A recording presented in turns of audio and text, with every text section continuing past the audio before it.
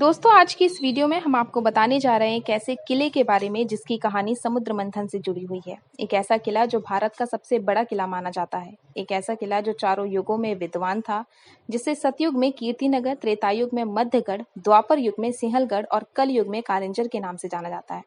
दोस्तों एक ऐसा किला जहाँ माना जाता है कि सीता जी ने यहाँ विश्राम किया था। दोस्तों वह किला है कालिंजर का किला।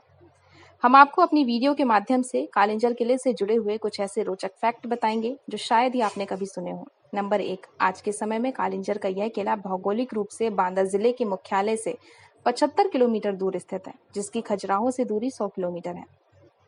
नंबर 2, विंध्याचल की पहाड़ी पर बने इस किले की ऊंचाई 800 फीट है। यह किला इतिहास के हर प्रमुख कालखंड में उपस्थित रहा, जिसका जिक्र वेद पुराणों से लेकर महाभारत में आता है।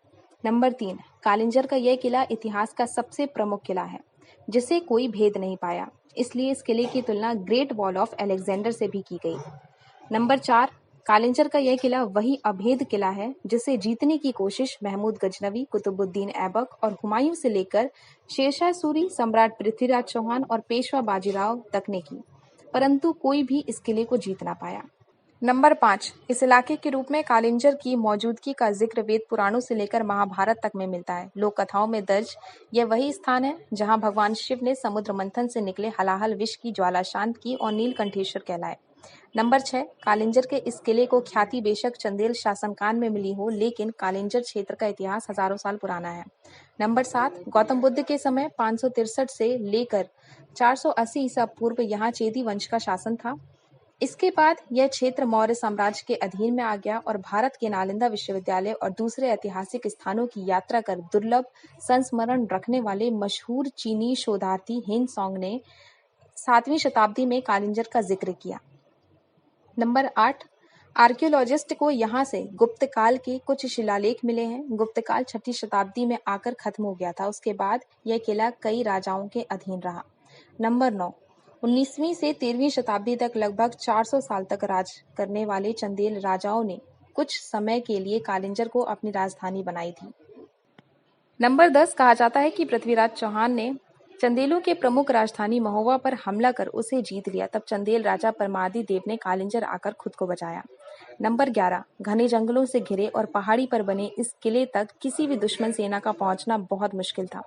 इसकी दीवारें 5 मीटर मोटी थीं। दुर्ग की ऊंचाई ही 105 फुट थी। खास बात यह है कि जिस पहाड़ी पर इसे बनाया गया था उसके चारों तरफ चढ़ाई बेहद खड़े ढलान वाली थी। इसी वजह से दुर्ग पर तोप से हमला करना बेहद मुश्किल था। नंबर 12, सन 1569 में अकबर ने कालिंजर पर विजय पाई।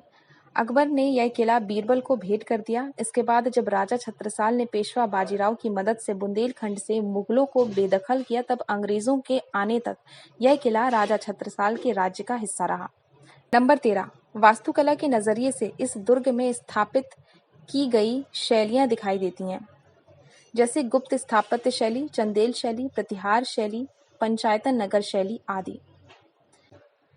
नंबर 14, कई प्राकृतिक जलाशयों के साथ किले के बीचों बीच अजय पालका नामक एक झील है, जिसके आसपास कई मंदिर हैं। दुर्ग में प्रवेश के लिए 7 दरवाजे हैं, यानी कालिंजर को कालजई कहा जाए तो शायद गलत नहीं होगा। नंबर 15, मंदिर के पीछे एक ऊंची पहाड़ी है जहां हमेशा पानी रिसता रहता है। पानी के रिसाव का जिक्र इसलिए महत्वपूर्ण है क्योंकि बुंदेलखंड को सूखे की समस्या की वजह से ज्यादा माना जाता है, लेकिन कहा जाता है कि कई साल लगातार सूखा पड़ने के बावजूद कालिंजर की पहाड़ी से पानी रिसना बंद नहीं हुआ।